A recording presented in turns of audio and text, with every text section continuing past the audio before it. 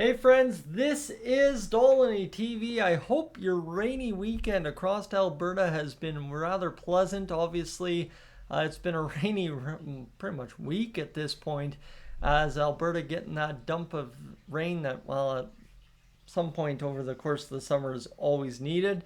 And yeah, we're moving into the later half of July now as we get to hopefully the cooking weather of August. The Oilers, they're not cooking much up right now, nor is the NHL. I know we kind of started over the course of the last few days into the weekend with that trade Dakota Joshua over to the Toronto Maple Leafs for, of course, I think it was just a pick, so not really much value there for the Vancouver Canucks other than cap space. And the Edmonton Oilers, well, they've stayed rather quiet since then. They've kind of had a quiet weekend. I think we're expecting some bigger news here soon, whether it be Connor's contract or some other stuff to break. But really, I think the weekends from here on out over the course of the summer will be rather quiet for the Oilers. So Bob Stauffer took the moment to steal some spotlight here on social media today to at least spark some debate about some Edmonton Oilers pipeline prospects. And that's what we'll review here in today's video. So if you are new to the channel, friends, consider hitting that subscribe button. I'll have the graphic for you here in a second. Of course, would love to have you along as a regular viewer on the channel. Again, if you're already viewing and you choose not to hit that subscribe button, but you tune in every time, I appreciate that all the same. So what do we know? Bob Stauffer, always high on talking about the Edmonton Oilers prospects, always likes keeping us up to date with that, and that is where we go to his top 10 rankings for U24, so under the age of 24-year-old prospects for the Edmonton Oilers coming into the 25-26 season. That seems crazy to say. I've been doing this since 2018-2019 at this point. Matt Savoy and Ike Howard come in the 1 and 2 slot. I think that is pretty obvious. I think Matt Savoy by default should and very well maintains Bob Stauffer's number 1 spot. Ike Howard comes in at number 2 simply because these two will play in the Edmonton Oilers' top 6 at least to start the season. How it progresses from there, that one remains to be seen. But for an Edmonton Oilers team that desperately needs top 6 scoring speed and all this, given the changes we've made over the past 2 years, I would expect to see these guys play pivotal roles and get off to hot starts, especially if they can quickly learn. Don't defer to Connor. Don't defer to Leon. If they're passing you the puck, they want you to shoot it. If they're passing you the puck, they want you to do something with it. So as long as they keep that lesson under their cap as they're going out there on the ice every night, I think the results, given the pedigree of both players, will speak for themselves.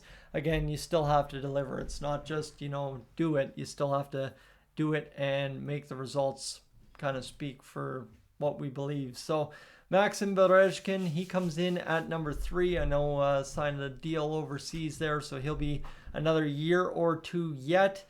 Again, number 3 on the list. He's percolating, he's coming along, and when he comes over, eventually the ability will be there.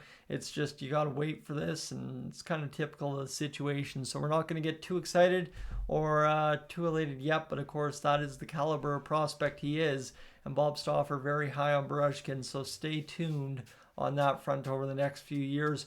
Bo Akey, who I can't get official confirmation on yet, but I believe he is eligible to play in Bakersfield this year, so he will be ready to go for the Condors and ready to start taking that next step in his career after he's been hampered by that shoulder injury there a few years back, and obviously just not quite developing near as fast as we thought he might, but he's still going to be an absolute beauty of a prospect if he can come along as well as we think he can this season. Roby Yerventi, number 5 on the list. The same thing there as well. Bakersfield is going to be a ton of fun to watch this year, friends. It's going to be absolutely amazing to see what the Bakersfield Condors are able to do with consistent, young, talented bodies in the lineup. And what that means for us Edmonton Oilers fans is that when we're ready to call someone up, they will be ready to go and they will be ready to rock and roll and eat, maybe 15 minutes for a couple of games if we lose a key piece to our roster. You got to remember, Zach Hyman might not be ready for opening night, so you might be choosing somebody from Bakersfield to just take a skate there in the opening game of the year against the Calgary Flames. So we'll stay tuned, see what happens here. But of course, you now have Quinn Hudson as well, who would likely be that guy to do that. Obviously, playing in a game for the Oilers this past year. He'll star in Bakersfield as well. Connor Clattenburg, who I believe can be in Bakersfield, similar to Bo Akey. Again, double checking this and figuring all this out, has not been the strongest of suits this offseason. And of course, every time I think a prospect can play in Bakersfield, I'm wrong. So we'll just defer to Bob Stauffer, who's got him at number 7, a tough customer, a guy that you're really going to enjoy playing for the Oilers if he ever gets there. Again, I think he's got the ability and the upside to do it, so it should be exciting to see him roll up to the NHL when he is ultimately ready for the Edmonton Oilers, and ultimately when he gets his call up. And, whether it be next year or the year after that. Now, Paul Fisher, similar situation. He'll be a few years off yet. I believe he's got college yet this year, and then he has a decision to make in the spring. And then we'll see what that decision means and what that means for either the Condors, the Edmonton Oilers, or whatever is going on across the Oilers, maybe trade deadline plans, right? That too. Paul Fisher, obviously, I believe he was, if I've got my math correct, the throw-in thank you for the offer sheet from the St. Louis Blues. William Nickel and Josh Szymanski rounded out. William Nickel, number 9. Well, he had himself a heck of a season down with the London Knights. The London Knights obviously had a heck of a season, as you know, via Sam O'Reilly. But William Nickel at times was playing on the second line, far exceeding what was expected of him this year, and really delivered what was a beautiful season for the Edmonton Oilers in terms of pipeline development.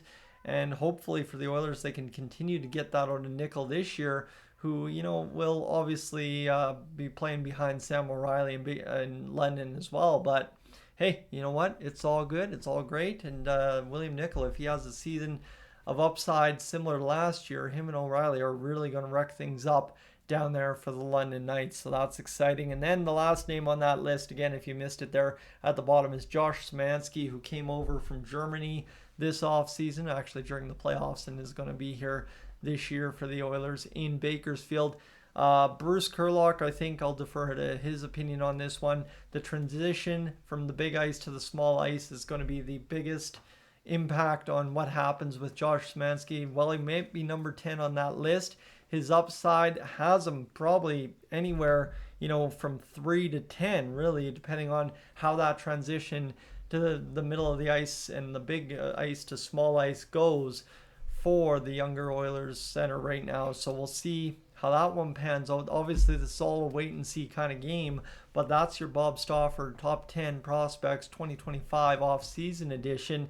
And just glad to have something to talk about on a rainy Sunday edition here on Dolynny TV. Friends, I hope your weekend finishes off just perfect, and we will get back to it hopefully Monday, tomorrow, with some bigger news from Edmonton Oilers land. But for right now, we'll wait and see what these prospects do, and we'll see how it all comes together for the Edmonton Oilers in training camp and once things are assembled down in the Bakersfield system. Friends, thanks for being aboard. I'm up, on, gone.